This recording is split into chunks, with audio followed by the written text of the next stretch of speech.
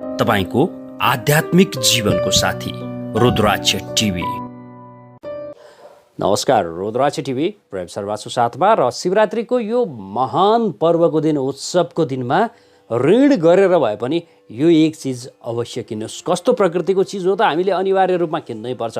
जो कोहीले युवा हुन्, युवती हुन्, वृद्ध हुन् अथवा वृद्धा हुन्, जो कोहीले पनि यो एक चिज अवश्य पनि किन्नुहोस्। पैसा यदि छैन भने ऋण सापट गरेर भए पनि, ऋण धन गरेर भए पनि किन्नुहोस्। सामान्य चिजहरू हुन्, धेरै पैसा त लाग्दैन, तर पनि यो किनेर तपाईँ घर ल्याउनुहुन्छ, स्थापना गर्नुहुन्छ भने जीवनमा आमूल परिवर्तन हुन्छ। जीवनमा अनगिन्ती प्रकृतिका दुःख हन्डर खाइरहनु भएको छ, आफ्नो समस्या अनुसारको सामान किन्नुहोस् है। म तपाईँको समस्या बताइदिन्छु, त्यो समस्याका लागि कुन सामग्री किन्ने त, कस्तो विषयवस्तुहरू किन्ने त म तपाईँलाई बताउँछु। यदि पैसा छैन, आर्थिक रूपले अभाव छ भने ऋण गरेर भए पनि किन्नुहोस् र तिर्ने वातावरणको विकास अवश्य पनि हुन्छ है त। के कस्ता प्रकृतिका समस्या हुन् र समस्यामा समाधानको बाटो के हुनसक्छ त, के सामान किन्ने म तपाईँलाई बताउँछु। पञ्चधातुको त्रिशूल किन्नुहोस् है। शिवरात्रिको दिन पञ्चधातुको त्रिशूल, अब पञ्चधातु भेटिएन भने ढलौटको किन्दा पनि हुन्छ, तामाको किन्दा पनि हुन्छ, पित्तलको किन्दा पनि हुन्छ। त्रिशूल किन्नुहोस्। त्रिशूलको तल्लोपट्टि ओम लेखिएको होस्, बुझ्नु होला है। त्रिशूल होस् र त्रिशूलको तल्लोपट्टि ओम लेखिएको होस्। यो त्रिशूललाई कतै शिव मन्दिरमा, शिवलिङ्गमा छुवाउनुहोस्। ओम नमः शिवाय यही मन्त्र पाठ गर्नुहोस् 108 पटक र विशेषतः गङ्गाजलले शुद्ध गराई यो त्रिशूललाई लगेर घरमा लगेर तपाईँको गेट छेउछाउमा गाडिदिनुहोस्।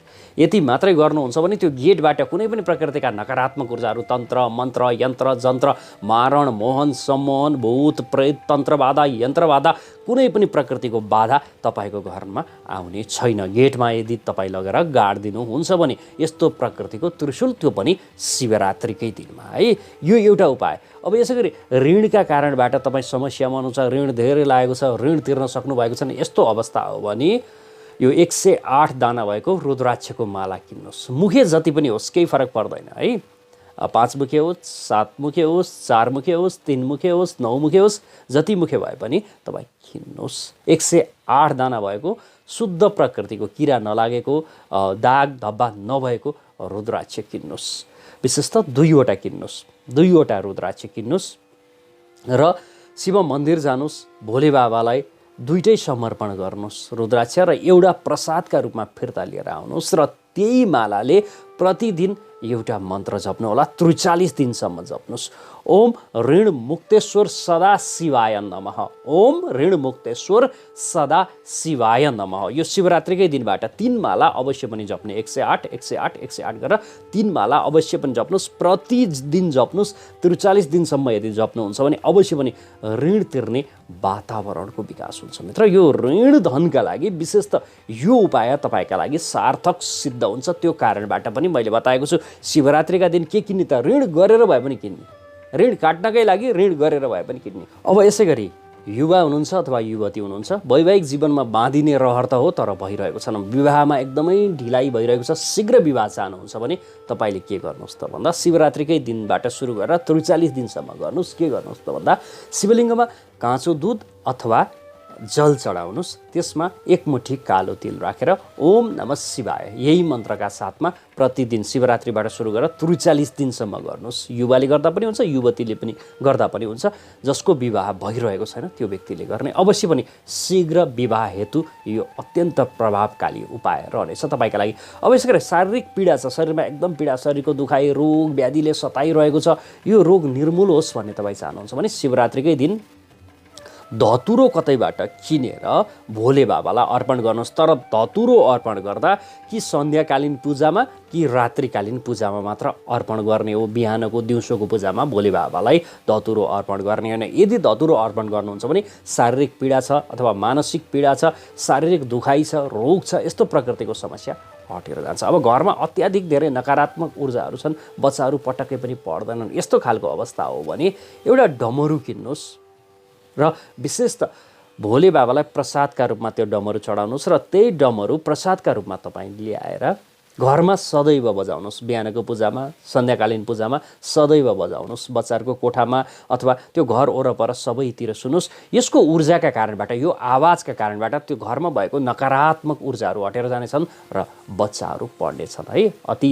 चकचके छन्, जिद्दी छन् बच्चाहरू, पढ्दैनन् भने यो उपाय तपाईँले गर्न सक्नुहुन्छ। जस्तै कि अब तपाईँको जीवनमा विवाह त भइसक्यो, तर विवाह भइसक्दाको अवस्थामा पनि श्रीमान श्रीमती बीच अत्यन्त बेमेलको अवस्था छ, सदैव झै झगडा यस्तो खालको हिंसाको अवस्था सृजना भइरहन्छ, मनमुटाव भइरहन्छ, यस्तो खालको अवस्था हो भने यही महाशिवरात्रिको दिनमा, भन्नुको अर्थ फागुन 17 गतेका दिनमा भोजपत्र किनेर घर ल्याउनुहोस् है। श्रीमानले गर्दा पनि हुन्छ, श्रीमतीले गर्दा पनि हुन्छ।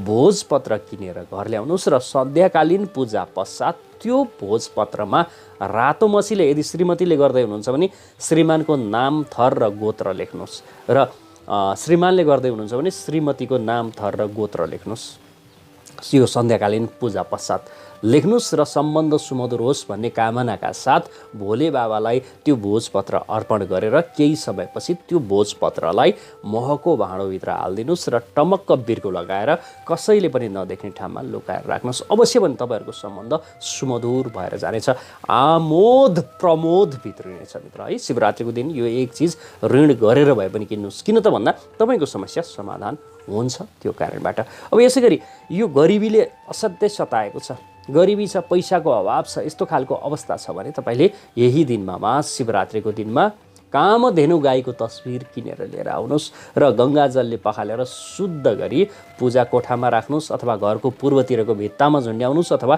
उत्तरतिरको भित्तामा झुन्ड्याउनुहोस्। यो कामधेनु गाईको प्रभावका कारणबाट सकारात्मक ऊर्जाको विस्तार हुनेछ र धन सम्पत्ति, वैभव, ऐश्वर्य भरिनेछ मित्र।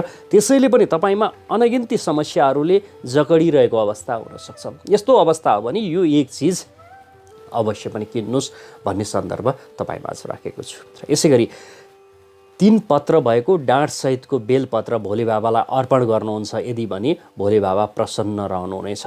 त्यो तपाईँ किनेर अर्पण गर्न सक्नुहुन्छ। त्यसमा अझ श्रीखण्डले, चन्दनले ओम, तीनैवटा पातमा ओम लेखेर घोप्टो पारी तपाईँ अर्पण गर्न सक्नुहुन्छ। यो बेलपत्र खरिद गरेर अर्पण गर्नुहोस्, किनभने तपाईँको त्यहाँ पैसा परेको छ र पैसा परेको चिज तपाईँ भोले बाबालाई अर्पण गरिरहनु भएको छ। राष्ट्रभित्रबाट, राष्ट्र बाहिरबाट हेरेर साथ दिनुभएको छ, आभारी छु मित्र। तपाईँकै यी माया र सद्भावका कारण हामी अघि बढिरहेका छौँ। चिना, टिप्पण, घरको वास्तु तपाईँलाई केही देखाउनु परेको छ भने अवश्य पनि सम्पर्क गर्नुहोस्। स्क्रिनमा नम्बर दिएको छ, अनलाइनको माध्यमबाट पनि देखाउन सक्नुहुन्छ भने यसै गरेर कार्यालय आएर पनि देखाउन सक्नुहुनेछ। तपाईँकै माया र सद्भावका कारण हामी अघि बढिरहेका छौँ, ऊर्जा मिलिरहेको छ। अर्को विषयवस्तु ल्याउँछु नै, अहिले प्रेम शर्मा बिदा हुन्छु।